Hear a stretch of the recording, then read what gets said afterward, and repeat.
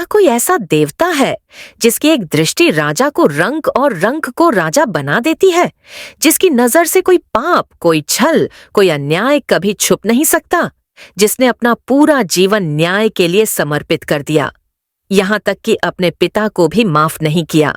आज आप जानेंगे उस रहस्यमयी देवता की कहानी जो अंधे नहीं है लेकिन अंधकारमय है, जो क्रूर नहीं है लेकिन कठोर है, जो दंड देते हैं लेकिन केवल कर्मों के आधार पर।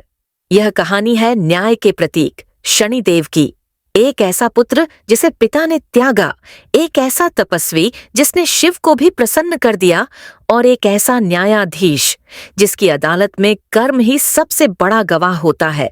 पौराणिक ग्रंथों के अनुसार शनिदेव का जन्म सूर्यदेव की दूसरी पत्नी छाया के गर्भ से हुआ था। उस समय छाया देवी दिन रात भगवान शिव की आराधना में लीन रहती थीं। तप और भक्ति में डूबी हुई छाया न तो भोजन का ध्यान रखती, न ही विश्राम का। इस कठोर साधना का प्रभाव उनके गर्भस्थ शिशु पर पड़ा और शनिदेव का रंग गहरा काला हो गया। जब उनका जन्म हुआ, वे दुर्बल और श्याम वर्ण के थे। पुत्र को इस रूप में देखकर सूर्यदेव को क्रोध आ गया। उन्होंने न केवल शनि को अस्वीकार कर दिया, बल्कि छाया देवी को भी त्याग दिया। यह व्यवहार शनि और उनकी माता के लिए अत्यंत पीड़ादायक था। एक ओर पुत्र पिता के प्रेम को तरसता रहा, दूसरी ओर माता अपमान और त्याग का बोझ लिए जीवन काटती रही।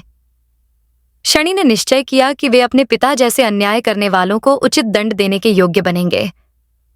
उन्होंने अपने बचपन, किशोरावस्था और संपूर्ण यौवन को एक ही उद्देश्य के लिए समर्पित कर दिया, भगवान शिव की तपस्या। वर्षों की घोर साधना के बाद महादेव उनसे प्रसन्न हुए और उन्हें वरदान दिया कि वे संपूर्ण सृष्टि के पाप पुण्य का लेखा जोखा रख सकेंगे और उसी अनुसार दंड भी दे सकेंगे। यह वरदान उन्हें इतना शक्तिशाली बना गया कि वे न केवल मनुष्यों बल्कि देवताओं और स्वयं भगवानों के कर्मों का भी मूल्यांकन कर सकते थे। शनिदेव को कुदृष्टि का वरदान प्राप्त हुआ। उनकी दृष्टि जिस पर भी पड़ती, उसका फल उसी क्षण से तय हो जाता, चाहे वह देवता हो, दानव, मानव या नाग। इस अपार शक्ति के बाद शनिदेव ने सबसे पहले अपने ही पिता सूर्यदेव को उनके अन्यायपूर्ण व्यवहार का दंड दिया। इसलिए कहा गया है कि शनिदेव क्रूर नहीं, न्यायप्रिय है। जब इंसान लोभ, क्रोध, मोह और अहंकार में डूबकर पाप करता है और फिर जब शनि की साढ़े साती आती है, तो वही शनिदेव उस व्यक्ति को उसके कर्मों का दंड देते हैं।